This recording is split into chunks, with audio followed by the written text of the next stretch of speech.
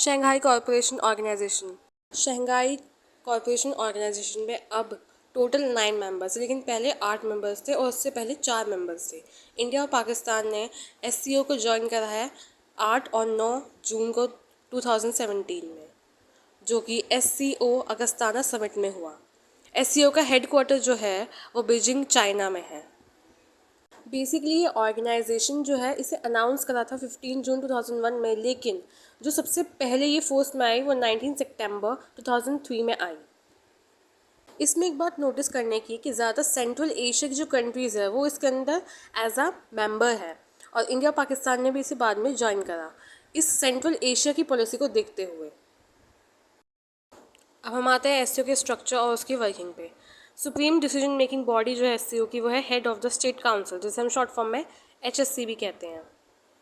इस ऑर्गेनाइजेशन की अपनी 2 परमानेंट बॉडीज़ है। सबसे पहली है executive committee of the regional anti terrorist structure, जिसे हम शॉर्ट फॉर्म में रैट्स कहते हैं, जिसका हेडक्वार्टर जो है ताशकंद में है, या फिर ये ताशकंद बेस्ड है।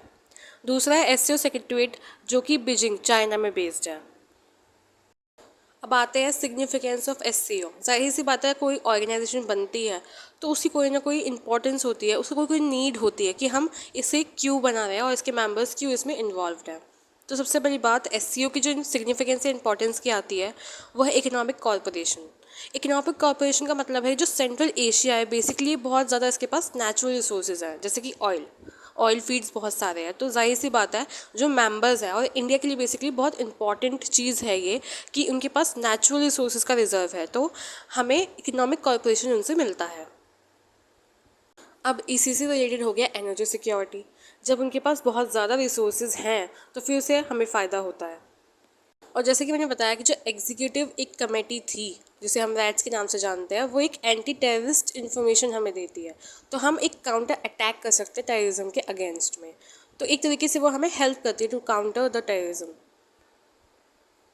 अब जैसे कोई भी चीज़ पूरी तरीके से सही है, पूरी तरीके से गलत नहीं होती, वैसे कुछ ड्रॉबैक्स भी होते हैं, कुछ चैलेंजेस भी होते हैं जो हर ऑर्गेनाइजेशन या आदमी को झेलने पड़ते हैं। जैसे कि एससीओ के चैलेंजेस में सबसे पहले आता है चाइना का राइज। चाइना एक सुपर पावर के तौर पे उभर रहा है, तो जाहिर सी बात है वो एक तरीके से हमारे लिए प्रॉब्लम है, बाकी देशों के लिए, स्पेशली इंडिया के लिए, उसकी सोवर्निटी के लिए। रीज़न ये इसके पीछे जैसे कि उनकी जो प्रोजेक्ट चल रहा है, जैसे BRI और CEPC, जाहिर सी बात है जो कॉरिडोर बनाए जा रहे हैं, बेल्ट एंड रोड इनिशिएटिव, और चाइना पाकिस्तान जो इकोनॉमिक कॉरिडोर उनके लिए खोला गया है, वो एक तरीके से हमारी सोवर्निटी को, इंडिया की सोवर्निटी में दखलअंदाजी के तौर पे देखा जा रहा है, डिस्क्रिमिनेटिंग उसे कह सकते हैं। दूसरा चैलेंज ये माना गया है कि जो सेंट्रल एशिया है उसमें, मतलब सेंट्रल एशिया के ज़्यादातर देश इसमें इन्वॉल्व है, तो एक लिमिटेड जोग्राफिकल स्कोप है इसका, ये और देशों को उसमें नहीं ला पा रहा है। क्योंकि जाहिर सी बात है, अगर आप सिर्फ एक स्पेसिफिक एरिया को लेकर चलते हैं तो आपके जो स्कोप है वो लिमिटेड हो जाता है, एज़ कम्पेयर करिए आप बगर मतलब बिगर स्टेट्स को लेते हैं और बाकी के रीजन स्टेट्स को भी आप इन्वॉल्व करते हैं, तो उनका पॉइंट ऑफ व्यू भी आप जानते हैं। जैसे कि नॉर्मली एक ऑर्गेनाइजेशन में होता है कि अलग तरह के जो अलग अलग तरह के बैकग्राउंड से आ रहे हैं, उनका पॉइंट ऑफ व्यू जानने के लिए आपको थोड़ा स्कोप बड़ा करना होगा, और वो तभी होगा जब जोग्राफिकल एरिया बड़ा होगा।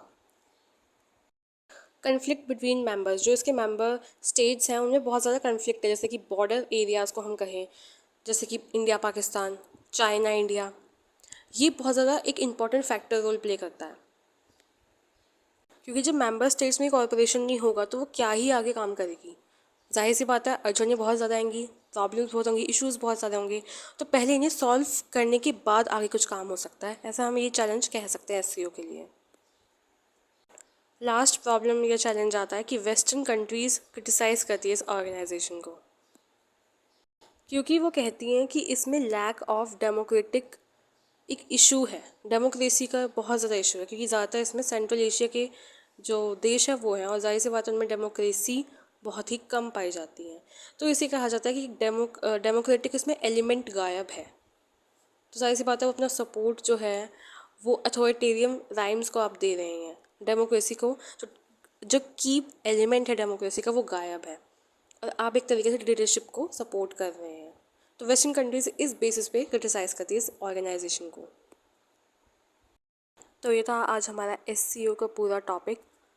प्लीज़ लाइक करें, शेयर करें, सब्सक्राइब मेरे चैनल को, और थैंक यू।